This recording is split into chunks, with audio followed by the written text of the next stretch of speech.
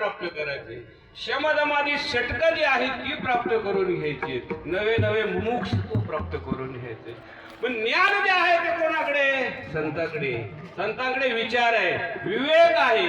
ते ज्ञान पैगा बरवे जरी मनी आखे आणावे, संताया भजावे सर्वस्वेची. संताला भरायचं का? त्याच्याजवळ विचार आहे. चंद्री तेथे चंद्रिका, शंभू तेथे अंबिका, संत तेथे विवेका असले की जी. संतांजवळ विचार आहे. म्हणून तर माऊलीला म्हटले, ज्ञानाचा सागर सखा माझा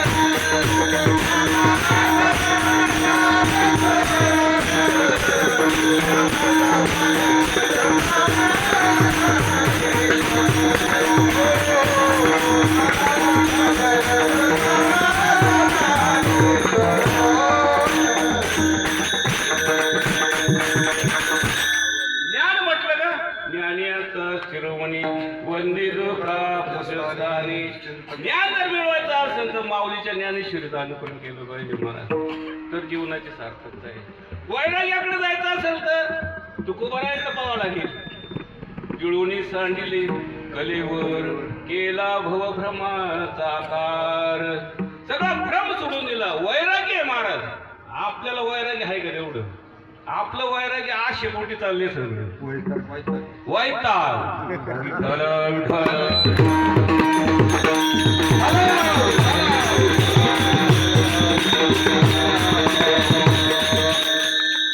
शमदमादी सत्य आहेत. यमय शमय दमय परिणमय परत इच्छा आहे, श्रद्धा आहे, परत समाधान आहे. ह्या ज्या गोष्टी ज्या आहेत ह्या जीवनामध्ये आचरल्या पाहिजेत महाराज. नाही होत महाराज. ह्या गोष्टी साध्य होऊ शकत नाही. शेवटचं जे आहे ते मुमुक्षत्व खूप अवघड आहे. आपण तो विषयी आहे. मुमुक्षत्वाला आपण कधी जाणार आहे? नाही करत. ते सोडून द्या महाराज. फक्त भक्ती श्रेष्ठ सांगितली जीवनामध्ये. भक्तीच्या माध्यमातून तो कळी काळावर सुद्धा मात करू शकतो. पण तो खेळ खेळता आला पाहिजे. खेळ मांडियेला वाळवंटी घाई, खेळ मांडियेला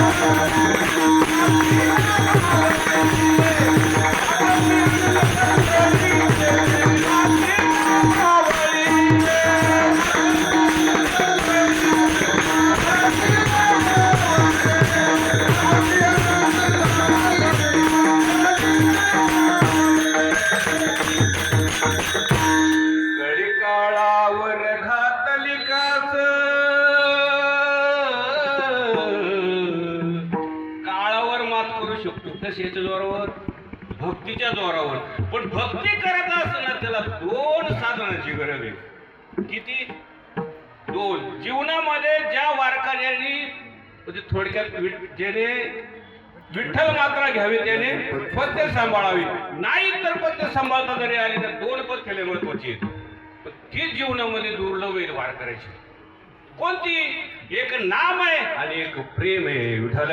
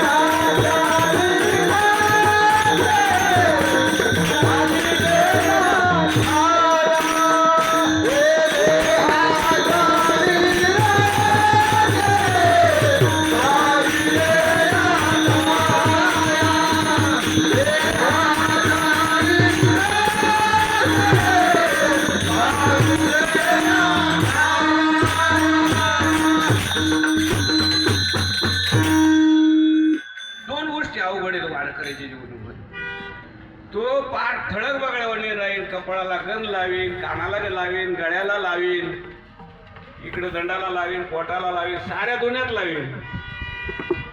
पण 2 गोष्टी तिच्याकडून व्हायला अवघड आहेत. मला सांगा, असा कुठला वारकरी साधं जीवन जगत असताना त्याच्या मुखातून नाम येते असं वाटतंय का आपल्याला? तसं तुकोबराने सांगितलं, दिन रजनी हाती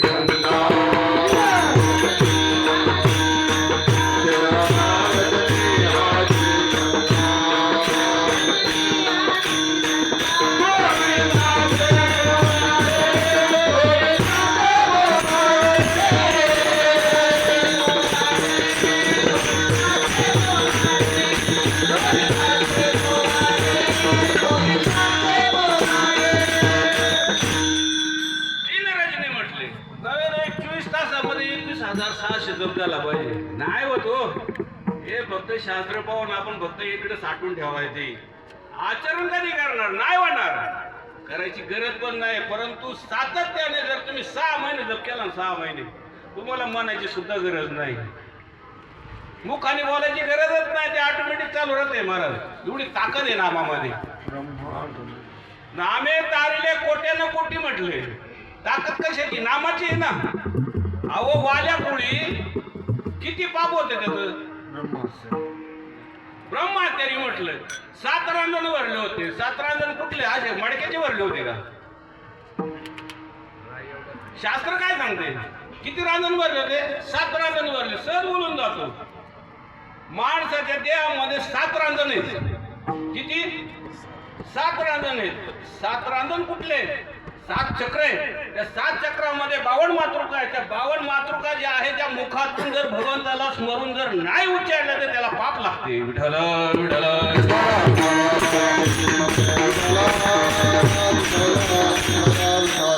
पावले एका ठिकाणी म्हणतात एक एक अक्षरामध्ये आहे माझा रमाकांत. एक एक अक्षराला महत्व आहे. ब्रह्माक्षर आहेत महाराज. ते उच्चारताना भगवंताला स्मरूनच उच्चारले पाहिजे ना. मग वाल्या कोळ्याने एवढं पाप केलं होतं तर त्या पापाला सीमा नव्हती महाराज. वाल्या कोळ्याच्या पापाला सीमाच नव्हती. एवढं पाप केलं होतं, आपलं पाप तेवढं होणार पण नाही. किती जन्म घ्यावा लागतील काही सांगता येणार नाही.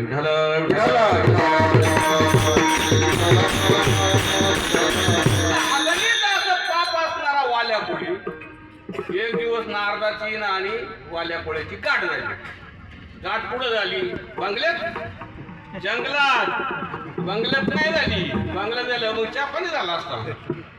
नारदाची वाल्या कोळ्याची गाठ झाली. वाल्या कोळ्याने नारद महर्षींना अडवलं. नारदांचा तिकडून गजर चालू होता, नारायण नारायण. वाल्या कोळ्याला वाटलं गिरायक आपल्याला आज सकाळी सकाळी लागलं. वाल्या कोळ्याने अडवलं. ए कुठं चालला? आता ती महाराज लोक, त्या महाराजांची उघड भाषा असते थोडी. कोणत्या?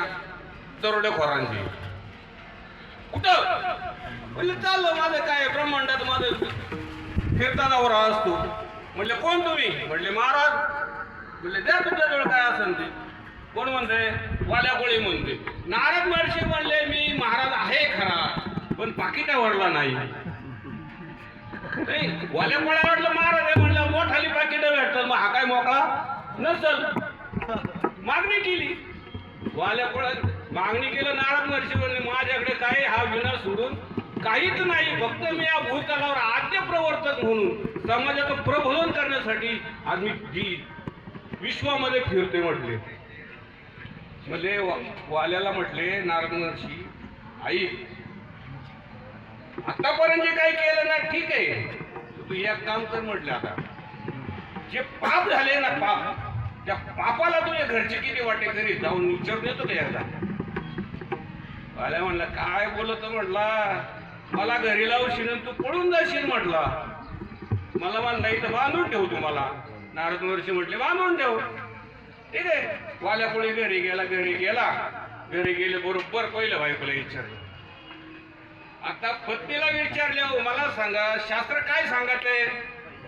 पुरुषाने जे पाप करायचं ते त्याने 100% भोगायचं, ते त्यानेच नाही करायचं. जर पत्नीने पाप केलं तर 50% वाटा पुरुषा. जर पत्नीने पुण्य कमावलं 100% त्याच्यात वाटा नाही. जर पुरुषाने 100% पुण्य कमावलं तर 50% वाटा आवाज येत. मला काय म्हणायचंय, मग आपण जीवनामध्ये जी काय गोष्टी पापाच्या अनुषंगाने केल्या असतील त्याचं कुठंतरी थांबलं पाहिजे ना. वाल्या कोळ्या घरी गेला. घरी गेल्याबरोबर पहिलं बायकोला विचारलं, अगं अरे म्हणले पाणी तरी आण मला. तिकडून येता येता तिला शंका आली का आज बाबा लवकर घरी आला, काहीतरी डोक्यात असणार. तिकडून पाण्याचा तांब्या घेऊन येते. इकडून महाराज विचारतात पाणी दे खरं, पण म्हणलं मला एक बाबा भेटला होता, तो बाबा म्हणत होता का जे मी पाप करतोय त्या पापामध्ये तुझ्या घरचे वाटेकरी होतील का म्हणून मी इथपर्यंत आलो. विचारला खरंच का ग तू माझी अर्धांगिनी येस, अर्ध्या पापाला वाटेकरी होशील का? तिने इतकं स्वांग केलं ना मोठं.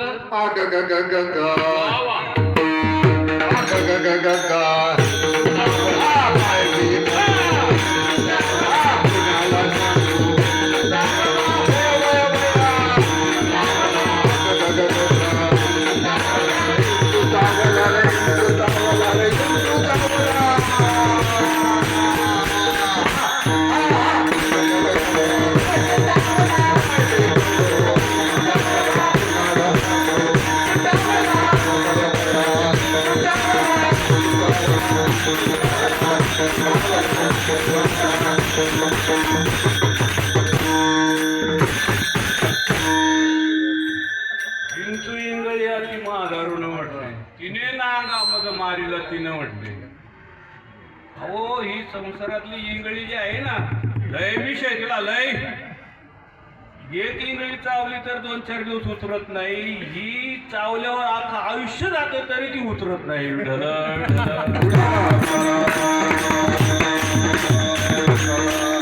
वाल्या कोळ्याने बायकोला विचारलं. बायकोने अंग टाकून दिलं. म्हणजे मला इंचू चावला. स्वांग केलं महाराज. तिला कळलं की आपल्या का मागायचे पण आपली काय आपल्या का ती पद्धत नाही म्हटली ना. तिथे ध्यानात आलं. तिने सांगितलं मागून म्हटले तुमचं तुम्हीच करायचं म्हणले. मला फक्त तुम्ही खायला आणून घालायचं. ते तिला सोडून आई बापाला विचारलं. आई बाबा म्हटले हे तुझं कर्तव्य आहे आई बापाला सांभाळणं. मुलांना विचारलं. मला वाटलं तुमचं कर्तव्य आहे पप्पा. पोरं झाली बाजूला, बायको झाली बाजूला आणि आई बापही बाजूला झाली. पश्चाताप झालं वाल्याला. वाल्या परत गेला. श्रीसंताची माता चरणावरी.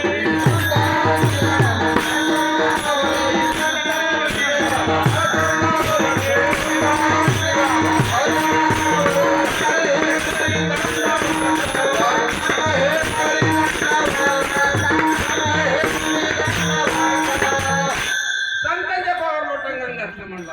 आज माझे डोळे आपले डोळे का उघडणार.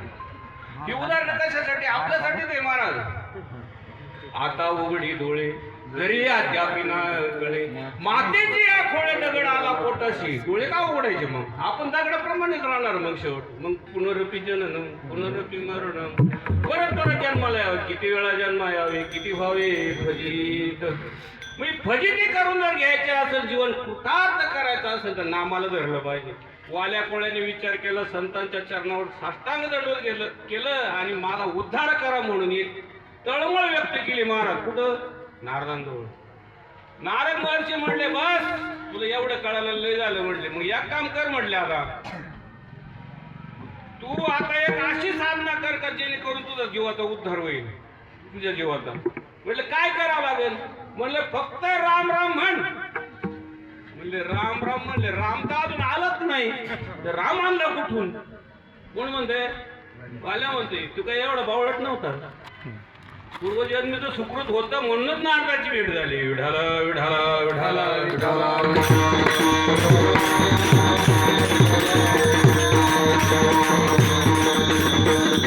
नारद महर्षीने सांगितलं, मंत्र दिला महाराज राम राम एवढंच म्हणायचंय.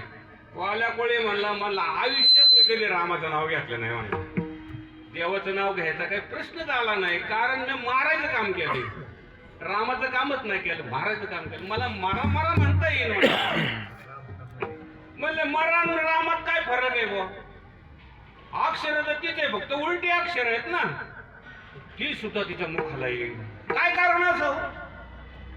कारण मरा म्हणायला पुण्य लागत नाही, पण राम म्हणायला पुण्य लागत. विठ्ठल विठ्ठल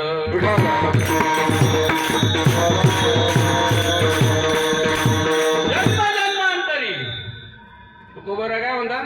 जन्म जन्मांतरी असेल पुण्य सामुग्री, तरीच नाम जिव्हागरी येईल श्रीरामाची. याला पुण्यच लागत महाराज. बहुत सुकृताची जोडी म्हणून विठ्ठला आवडी. दयाचे नाम असेल, दयाचे सुकृत असेल पदरी, दयाची मुखे हरी बैठा होय. ही ताकद नामाची. वाल्या कोळ्यानी मरा मरा मरा म्हटलं जाऊ दे. राम नाही म्हणता येत ना. तू या काम कर म्हटलं. फक्त मरा मरा मरा मरा मरा. काय झालं? आला ना राम द्यायच्यात. नाम तेच अक्षर तीच, पण संतांच्या चरणावर लोटून घेतल्यामुळं त्याची बुद्धी सात्विक बनली गेली.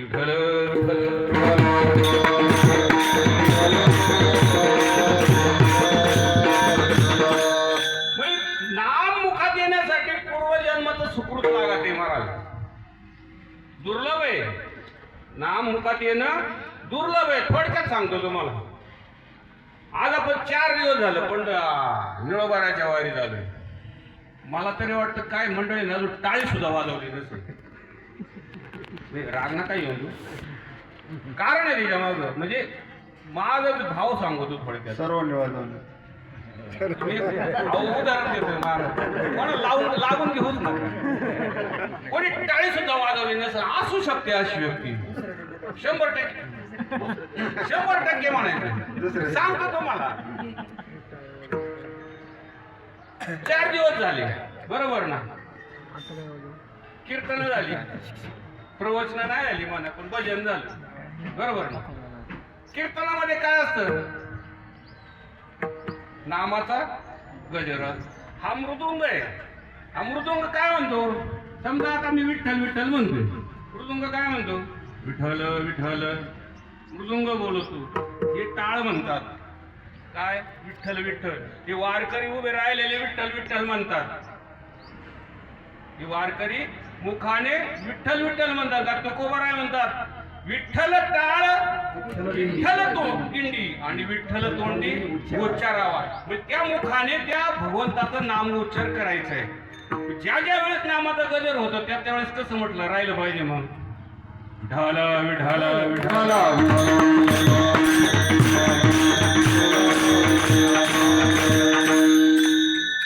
सांगून म्हणण्यापेक्षा आतून उत्स्फूर्तीने म्हटलं पाहिजे. मला एवढंच सांगायचं होतं. आतून अंतःकरणातून ज्या वेळेस विठोबा रखमाई भजन होईल विठ्ठल विठ्ठल भजन होईल तरी बोला मुखी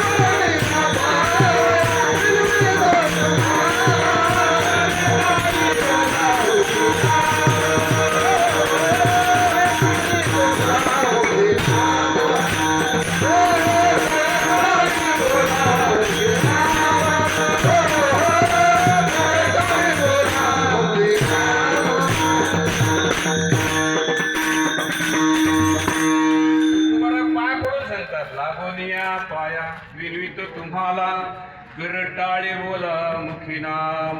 मुखाने नाम म्हणायला सांगितले महाराज. हेच नाम आपल्या जीवनामध्ये दुर्लभ आहे. सातत्याने 24 तास सारखी येत नाही. ही दुर्लभता आहे जीवनामध्ये आपल्या नामाची.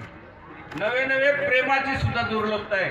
त्या भगवंतावर प्रेम करायचं असेल तर अखंड प्रेम करायला पाहिजे. ज्या ज्या वेळेस तुम्ही जे काही कार्य करता ते कार्य करत असताना त्या भगवंताला स्मरून केलं पाहिजे.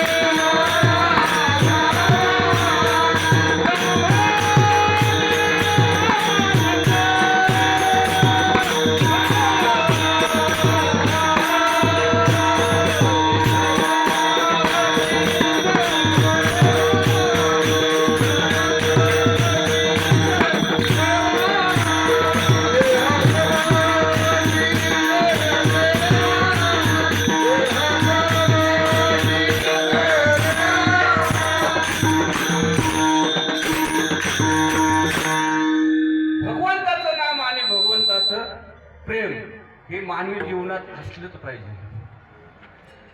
प्रेम करणारे आपल्या पाठीमागं पुढं असतील हे सगळे लबाड आहेत. मला एक उदाहरण देऊन जातो. थोडक्यात जवळ आलोय मी आता. काठावर आहे फक्त अभंगाच्या. जीवनामध्ये आपल्या मागं पुढं जी असणारी मंडळी जी आहेत ना ही लटकं प्रेम करतात. लटकं सांगू. एक महात्मा होता. महात्मा त्या महात्म्याच्या दरबारी एक शिष्य आपला म्हणजे थोडक्यात ज्ञान प्राप्त करण्यासाठी गेला. ज्ञान प्राप्त करण्यासाठी गेला. जवळजवळ 12 वर्ष घडली महाराजांनी. ज्ञान प्राप्त झालं सगळं झालं पण घरची आज सुटाने महाराज.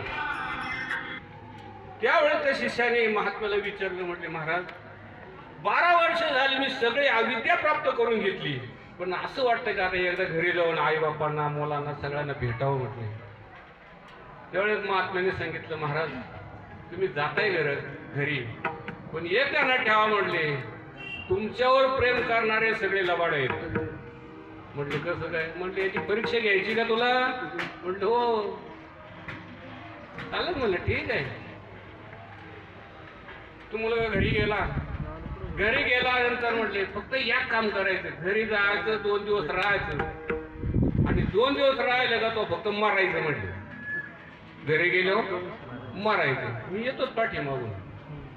हालचाल बंद करून टाकायची कारण योग साधना त्याने प्राप्त केली होती ना त्याला ते जमत होतं. 12-12 तास 24 तास पार्क निवांत बसायचं, हालचालच करायची नाही, एकच खायचं पिछळ. घरी गेला त्याने ते सगळं 1-2 दिवसामध्ये सगळं बघितलं वातावरण. हे प्रेम 12 वर्ष न्यायला म्हणल्यावर प्रेम यांचं घरच्यांचं गुतू चाललं. खरं प्रेम नव्हतं ना ते बघायचं. याने मारायचं सोंग केलं महाराज आणि तो मरून पडला. सगळे रडायला लागले, मुले रडायला लागली, बायको रडायला लागली, आई बाप रडायला लागली, आमचा गेला. आता ते रडणे काही तर सांगायला मी आलो नाही. ते रडायला लागले महाराज. म्हणजे आता काय करायचं. महात्म्याला कळलं होतं, कारण सांगून ठेवलं होतं ह्या ह्या वेळेला मी तिथं येणार आहे, त्या टायमाला तू मारायचं. महात्मा आला फिरत फिरत. म्हणलं इथं तर कल्लोळ चाललाय. महात्म्याला सगळं माहिती होतं, कारण पाठवलंच होतं पुढं ना परीक्षा घ्यायला घरच्यांची. महात्मा तिथं जवळ आला. महात्म्याने पाहिलं गेलं सगळं. म्हणले तुम्ही सगळे कुणी रडू नका, सगळे शांत व्हा, आपण मुलाला जिवंत करू म्हटले. म्हणले कसं काय. सोपं आहे म्हटले. एक काम करा म्हणले, माझ्याकडे एक औषध आहे, ते औषध त्या पाण्यामध्ये टाका. त्या पाण्यात टाकल्यानंतर जो पहिला घी तो मरल आणि मुलगा जिवंत होईल. किती सोपं होतं. बायकोला सांगितलं. बायकोने विचार केला. म्हणले मग जगायचे तरी कायसाठी नाही, हे जाते पण आपलं तरी नीट राहावं, माग जाऊ दे, गेलं ते गेलं, याच्या संग राहून तरी काय करायचं. म्हणून येणार म्हणले नाही यार. बायको म्हणली मी नाही येणार. बायको काय म्हणली, मी मारणार तू जिवंत राहणार, मग माझं तरी काय नाही का, मी जिवंत राहते नाही, मरू दे मेला तू. नवरा मेला तर मरू दे. बायको म्हणली नाही जमणार म्हणते. आईला सांगितलं, आईने तीच सांगितलं. म्हणले हाय ना अजून एक दुसरा. म्हणले जाऊ दे, एक गेला तर काय फरक पडतो. बापाने तेच ठरवलं. म्हणले मग आता कोणीच घ्यायला तयार होत नाही, मी एक काम करतो. काय म्हणतात, जगाच्या कल्याणा संतांच्या विभूती हे कष्ट भीती परोपकार आहे. कारण संत शेवटी जगाच्या कल्याणासाठी झालेलं असतात. त्याने हे वाक्य महात्म्याने उद्गारलं आणि म्हटले आता काय कोणी घेऊ नका. म्हटले माझं तरी माग कोण आहे. म्हटले खायला ना प्यायला कोणी, मी एकटाच आहे. म्हटले मी मेल्यानंतर हा जिवंत होईल, तुमचं तरी समाधान होईल ना, मीच जातो ना त्याच्यापेक्षा. म्हटले महाराजांनी कलाच घेतलं, पिले, मुलगा उठला. महाराज जिवंत, मुलगाही जिवंत. म्हणले तू आता या ठिकाणी निश्चित पडला होता, पण सगळं वातावरण तू ऐकलं का नाही. म्हणले तुझ्यावर किती प्रेम आहे. जनहिताचे दिल्या घेतल्या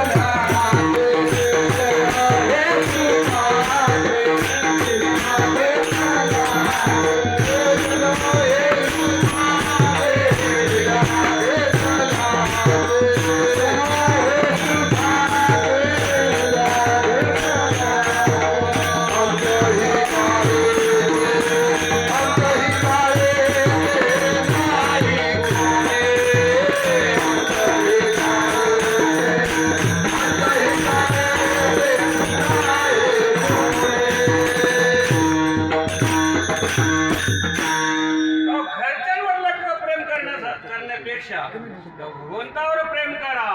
प्रेम केल्यानंतर काय होतं.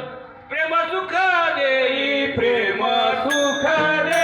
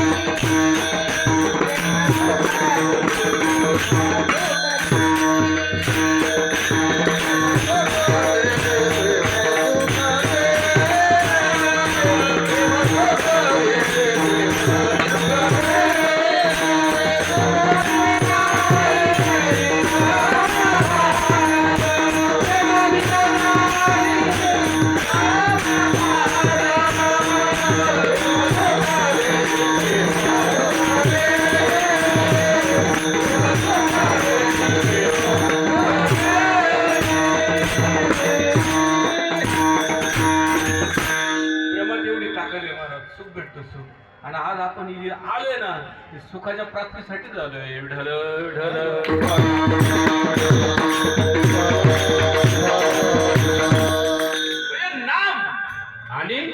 भगवंत अर्थ प्रेम, या दोन गोष्टी त्या जीवनामध्ये एकत्र जर आल्या तर त्याला काला वाटायचा अधिकार आहे. विठ्ठल विठ्ठल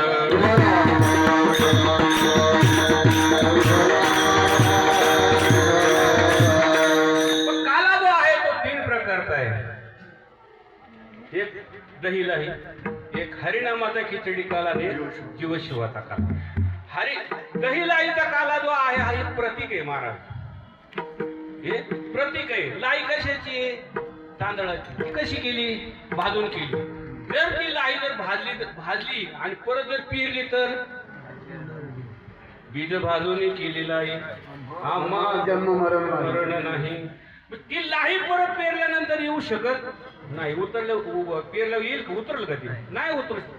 कारण परत जन्माला याचा विषय नाही. तसं ती लाही एक प्रतीक आहे महाराज. जसं सत्यनारायणाची पूजा आहे, सत्यनारायणाची पूजा आहे, त्या पूजेला समजा गणपतीचं स्थान आहे आणि त्या गणपतीच्या स्थानाला जर मूर्ती नसली ते काय करतात? सुपारी घेतात. मग त्या सुपारीला तर काय ते ब्राह्मण जे आहे तो सगळं विधी करतो आणि ती सुपारी समजा पूजा झाली नंतर कुठं जाते? वड्याला नियमाप्रमाणे तर चांगली सुपारी जर आली तर कुठं जाते? अहो ती झाली आरतीच्या तोंडात. तुझं गणपती का? प्रतीक आहे ते. दहीलाई हे प्रतीक आहे. कशाचं? काल्याचं. दुसरा जो आहे तो हरिनामाचा खिचडी काला. हरिनामाचा खिचडी काला साधने. प्रेम आणि हरी हे दोन्हीचा संगम तिथे खिचडी काला म्हटलेलं आहे. तिसरा जो काला जो आहे तो एक हरी आत्मा जीव शिव.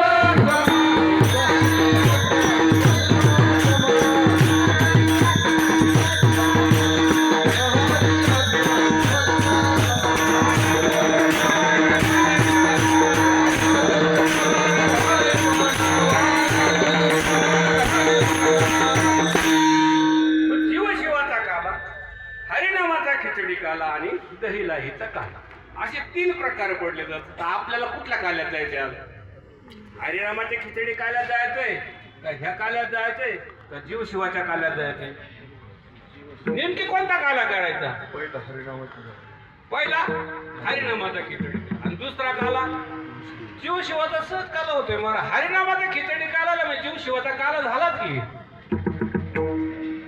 कारण त्या हरिशिवाच्या शिवाची प्राप्ती होऊ शकत नाही.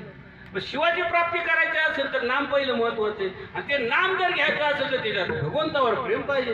म्हणजे नाम आणि प्रेम ज्यावेळेस दोन्ही एकत्र येतील त्यावेळेस त्या ठिकाणी त्या संताला तो काला वाटण्याचा अधिकार आहे. विठ्ठल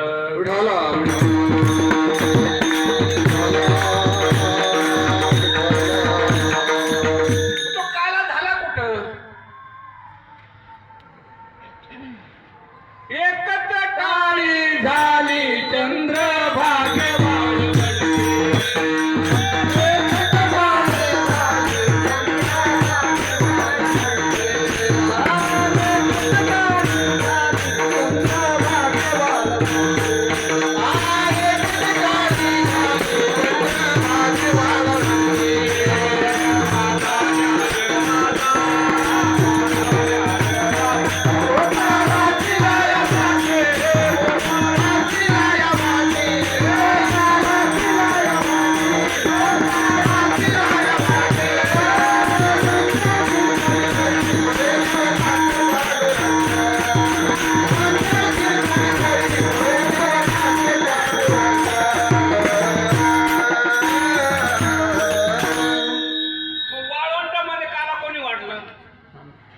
जानवराने वाटला. अधिकार होता महाराज.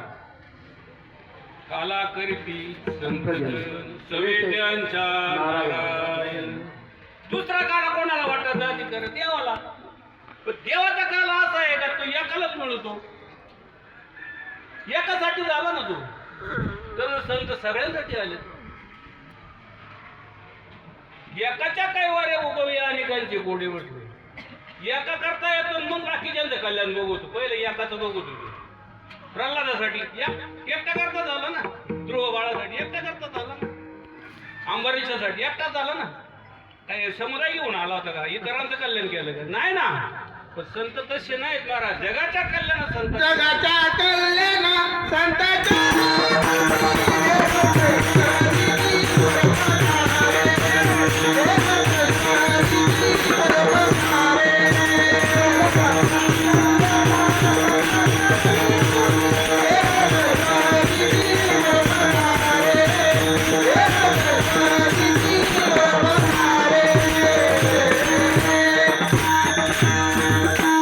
संताला एक काला वाटायचा अधिकार, दुसरा देवाला वाटायचा अधिकार. भानुदास गीतिकात प्रसाद देतो पंढरीनाथ. आता एक काल्यामध्ये एक खाण्याची क्रिया आहे, एक देण्याची क्रिया आहे. खायला भरपूर येतील पण ते देतीलच असं. या रे लहान थोर या रे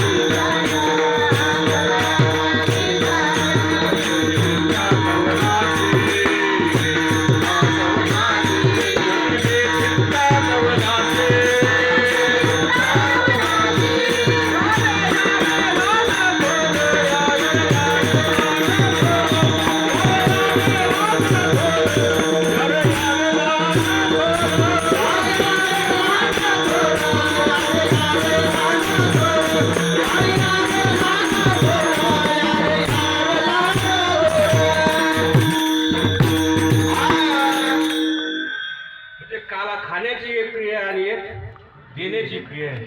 काला खाण्यासाठी तुकोबाराय म्हणतात, दोन्ही या पुढे येऊ काला खाऊ दही भात याल तरी याल लागे अवघे माझ्या मागे मागे आज देतो फुटवरी पुरे म्हणाल सुवरी. इथे देण्याची क्रिया आहे, तिकडे खाण्याची क्रिया आहे. एका बाजूने खाण्याची क्रिया, खाण्यासाठी सगळे येऊ शकतात परंतु देण्याची वृत्ती होईलच असं सांगू शकत नाही. परंतु जे खातात तरी पण दुसऱ्याला देतात, अशी निष्काम निस्वार्थ ज्याला सेवा करतात ना ते संत आहेत. ढल ढल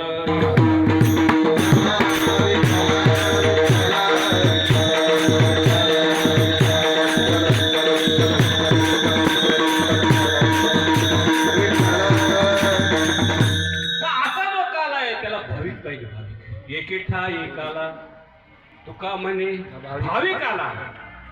या भाविकाला भावी काळामध्ये जर काल्याचा प्रसाद जर पाहिजे असेल तर त्याला एकेठा यावं लागलं. विठ्ठल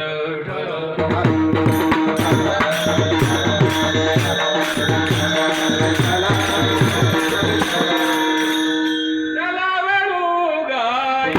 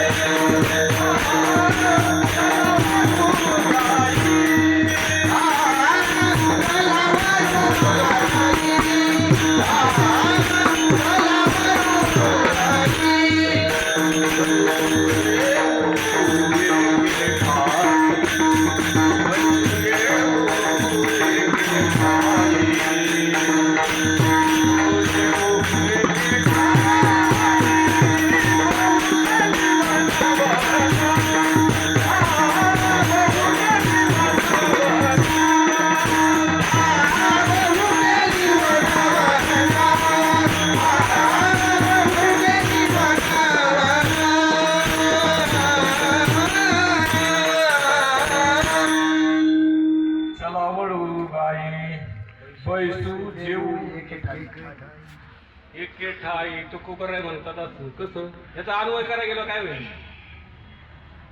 काय होईल याचा अन्वय करायचा म्हणलं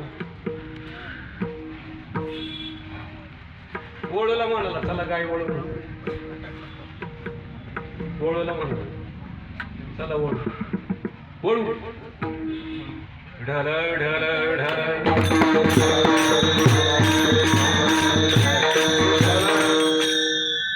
मला लय येते बोलतं पण आता एकटं दुखतं असतं चांगलं बोलता येते सांभाळून बोला ते मारून माना आला लागले यांना पाहिजे गाडी लवकर कळालं विठाल विठाल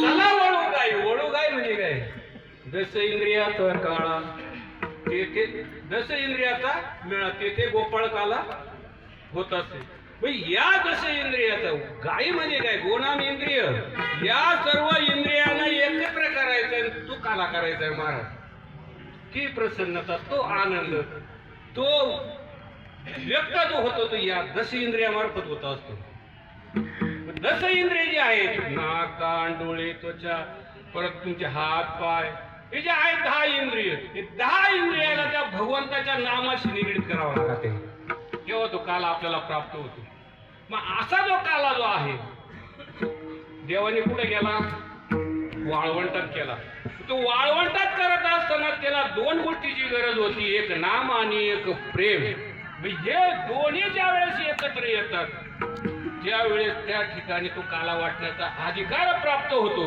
मग अधिकार जो आहे तो नाम आणि प्रेमामुळं प्राप्त झाला परंतु तो काय प्राप्त झालं त्या अभंगाच्या पहिल्या चरणामध्ये कंठी धरला कृष्ण म्हणी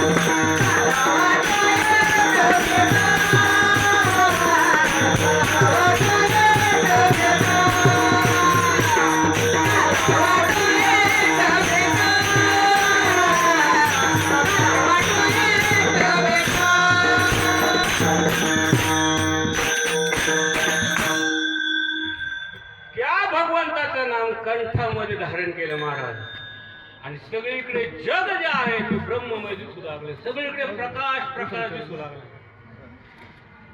विठाल विठाल विठाल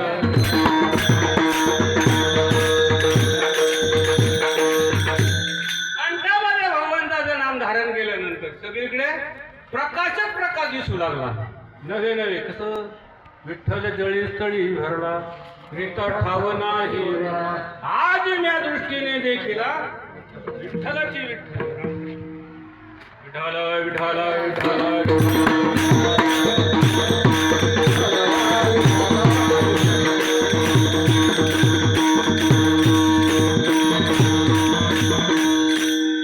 वाटायचा अधिकार कोणाला यांनी कंठामध्ये कृष्ण नाम धारण केलेलं आहे याला काला वाटायचा अधिकार आहे का 3 कारण आहे त्याच्या मागे कंठी कृष्ण म्हणी नहे अशुभवाणी बरोबर चुकदारला सांगा बरं का तुमचा जास्ती बाहेर सराव आहे माझा सराव नाही त्याच्यामुळे चुका देखाव का आपलं काय हे चालते ते चाल मध्ये वळवळ करीतच नाही आपण विठाला विठाला विठाला.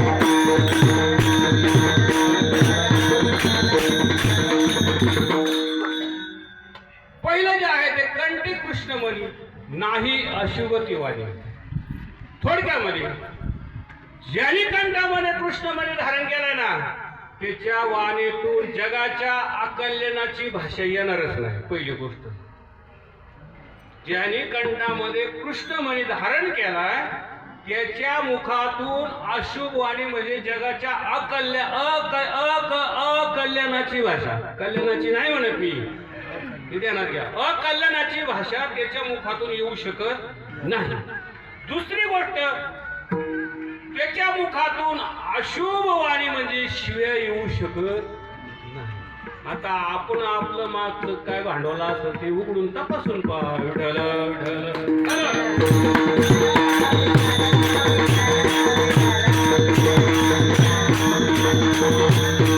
मी काय या पंक्तीत बसत खरं बोला काय अडचण आहे बोल बघत आडवार रे गप्पन येते काही बाई. विठ्ठल विठ्ठल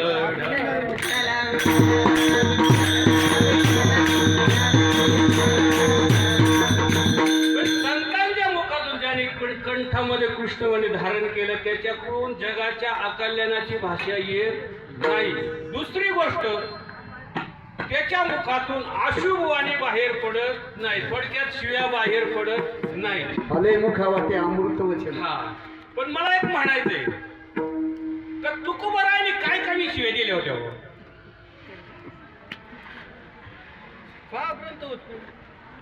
तुकोबारायच्या गात्यामध्ये पाहिजे त्याच्या शिवे नाहीतरी त्याची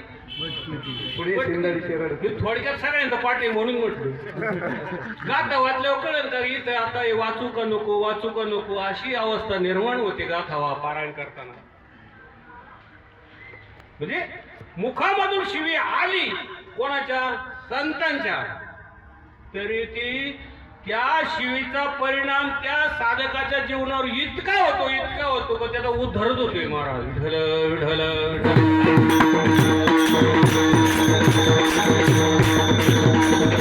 नाथ महाराजांनी शिवी नाही दिली का? काय माय गेली होती भूतापाशी अरे नाही मुखाशी अरे मुडा. अजूनही बरेच जनाबाईने शिवी दिला.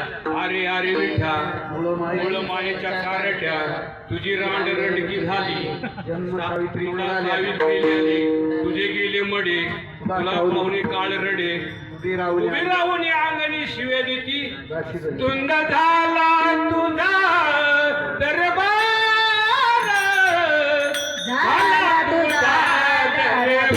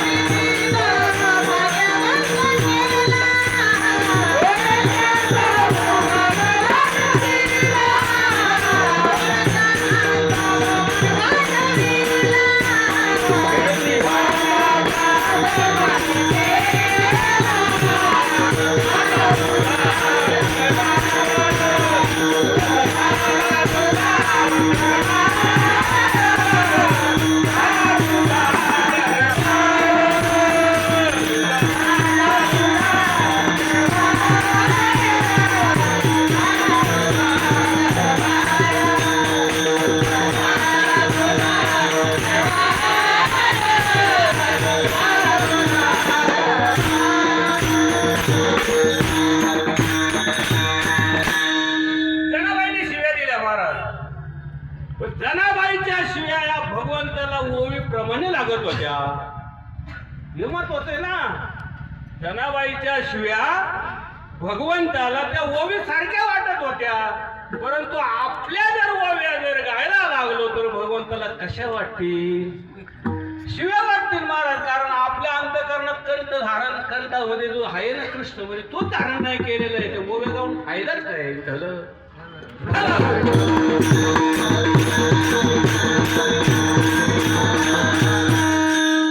थोडक्यात ते काला वाटणार ज्याने कंठामध्ये कृष्णमणी धारण केलाय त्याला काला वाटायचा अधिकार. त्याच्या मुखातून आशुवाणी येत नाही, शिव्या येत नाही.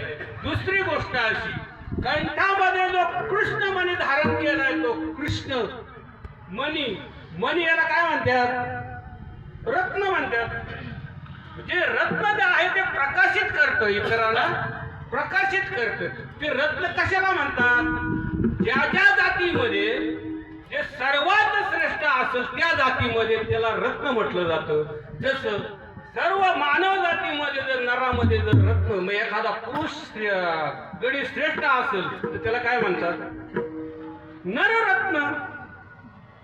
जसं हिरे पाचू मध्ये असेल तर त्या रत्नाला रत्न म्हटलं जातं. जसं हत्तीमध्ये श्रेष्ठ कोण आहे त्याला काय म्हणतात? ऐरावत रत्न. ऐरावत रत्न थोर. घोड्यामध्ये गेल्यावर उच्च श्रवा म्हणून त्याला श्रेष्ठ घोडा म्हटला जातो. तसं या देहामध्ये कंठामध्ये जे कृष्णमणी धारण केला त्याला रत्न म्हटलेले. त्या कृष्ण या नामाला रत्न म्हटलं गेलं.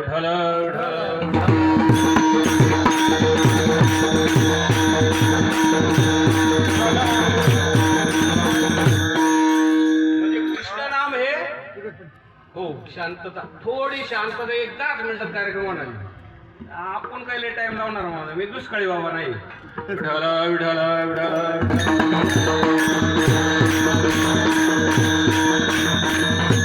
कृष्ण हे जे नाव आहे हे रत्नासारखं आहे. तिसरं जे आहे कृष्ण म्हणजे काय? काळा. मणी म्हणजे काय? मणी. काळा मणी. काळा मणी कोण धारण करत? स्त्रिया. काळा मणी कोण धारण करत? स्त्रिया. मग काळ्या मण्याला जर स्त्री इतकी महत्व देते का हिशोबाच्या बाहेर महाराज. भले त्या नवऱ्याला लाथा घालायची पाळी काय येईना पण मग काळ मणी तोडून देत नाही. विठ्ठल विठ्ठल विठ्ठल. काळ्या मण्यावर प्रेम आहे. कोणाचं? त्या स्त्री जाती. कधी? ज्या वेळेस तिचं लग्न लावून येतं, लावून आणतात घरी, उंबरट्यातून ते माप ओलांडलं जातं, घरात येते, अख्ख्या मागच्या घरादारावर पाणी सोडून देते, नावावर पाणी सोडून देते. आणि स्वीकार कोणाचा करते? नवऱ्याचा. काळ भरायचा. बरोबर. तो काळ भरी लगीन झाल्यावर कसा आहे कसा नाही, खेळ होतोय का दारू पितोय का लय बडबड करतोय का शिव्या देतोय, कसा आहे असला तरी ती स्वीकार करते का नाही? कधी? लग्न झाल्यानंतर. लग्न झाल्यानंतर जशी ती कारभाऱ्यावर प्रेम करते, त्याच्यावर सत्ता गाजवती, तसं वारकऱ्याने जर माळ गळ्यात जर घातली, त्याने नाम जर घेतलं तर त्याची देवावर सत्ता चालती. विठ्ठल विठ्ठल.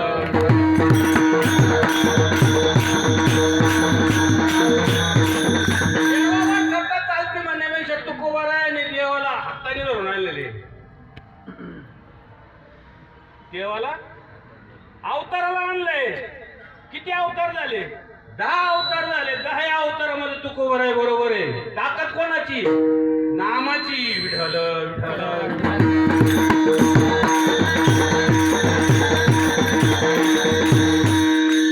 असा कंठामध्ये कृष्णमणी जर धारण केला तर त्याचा सगळीकडे प्रकाश पडतो. जसं ज्ञानोबर आहे आज, त्याची यात्रा येऊ दे ना, कोणाला राव होतं मला सांगा ना.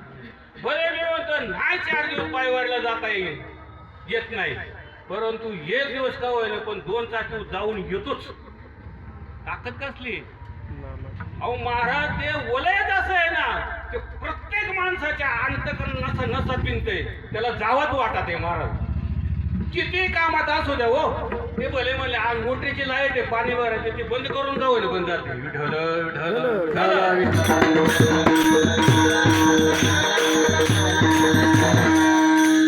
असा प्रकाश जगामध्ये सगळीकडे पसरलेला आहे. कोणाचा? ज्याने कंठामध्ये कृष्ण म्हणजे धारण केलाय. कारण माऊली काय म्हणतात, हे विश्वाची माझे घर आईची मती किंबहुना चराचर आपणची झालं. कोण म्हणते? माऊली म्हणतात. माऊलीने विश्व पाहिलं का? अहो जगाची माऊली महाराज अख्खं विश्व निर्माण केलंय, जेने हे विश्व निर्मिले. अहो माऊली कोणाचा अवतार? विष्णूचा अवतार आहे, महाविष्णूचा अवतार. सखा माझा ज्ञानेश्वर. अख्ख्या विश्वाची कल्पना त्यांच्या जवळ आहे. आपण एवढं त्रुटक विचार नाही करायचा. विठ्ठल विठ्ठल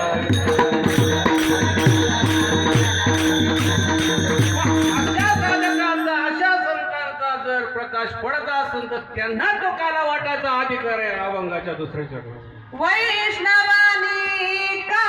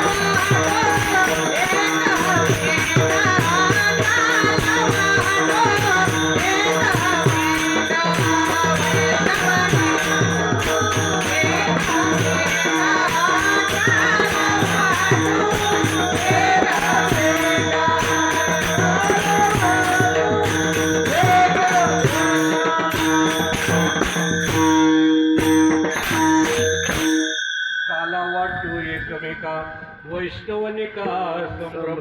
वैष्णव कोणाला म्हणायचं? वैष्णव म्हणून दया आणि अवघी देवावरी माया. अशा वैष्णव भक्ताला काला वाटायचा अधिकार आहे. तिथं संभ्रम ठेवायचा गरज, तिथं संशय ठेवायचा गरज. संशयावनी थोर अधिक नाही पाप घोर आणि विनाशा शिवा गुर प्राण्याची. आता आपल्याला टाईम नाही ना, लगेच सांगितलं असतं पुढतंय बामणाचा गोष्ट. म्हणले संशय राहते. मला टाइम नाही, आपला टाइम झाला आहे का नाही. वेळेत कार्यक्रम करायचा. कारण बरीच मंडळी लग्नाला पण जाणार आहे असं ऐकून जा असं की त्यांच्या पद्धतीने जाते ना. काला वाटू एका वैष्णवानी का संभ्रम. परंतु हा काला खाण्यासाठी मोठी टोळी आहे महाराज, चोर टोळी. चोर त्यांना काय म्हणले, यांना काला द्यायचा नाही. कारण ते आपल्या समितीत आलेले नाही, आपल्यात सामील झालेले नाही. ते दोन पायाचे होऊन आलेले नाही. कळलं? ढळ ढळ ढळ.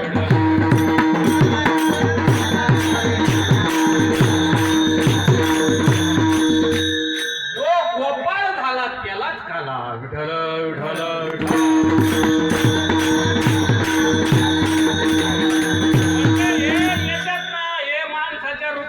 सारखी दिसत नाही. त्यांना लाज वाटते महाराज.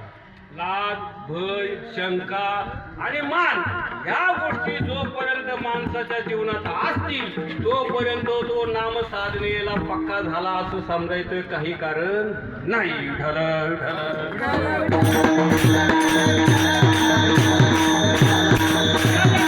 गोष्टी ज्या आहेत त्या कृष्णाचं नाव घ्यायचं कसं या ब्रह्मलोकाने ठरवलं. कसं घ्यायचं बा? याच्याकडे लाज आली, भय आलं, शंका आली, मान आला. आम्ही कमीपणा घ्यायचा त्याच्या पुढं शक्यच नाही. म्हणले मग येतील कशी? यांचा भरोसा नाही. यांना काय करायचं? वाकुलिया ब्रह्मदिका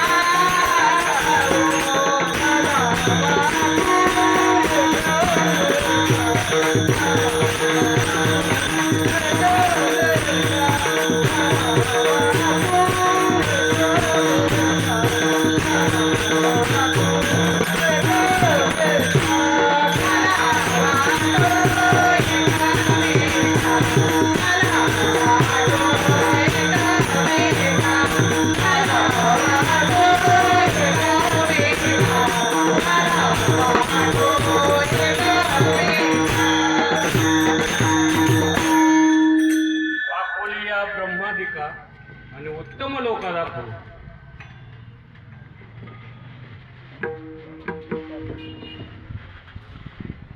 ब्रह्मलोकाला आपण वाकोल्याला काय सांगितलं? कोणी? भगवंता. बरोबर ना? तुकोबर आहे म्हणतात. त्यांना वाकोल्याला व्हा, कारण ते आपल्यामध्ये सामील होण्यासारखे नाही. ते अभिमानाने थोडी गर्विष्ठ मंडळी, अंगारी मंडळी, त्यांना आपल्यात घ्यायचे सुद्धा नाही, कारण ते उद्धाराच्या लायकीचे. विठाला विठाला विठाला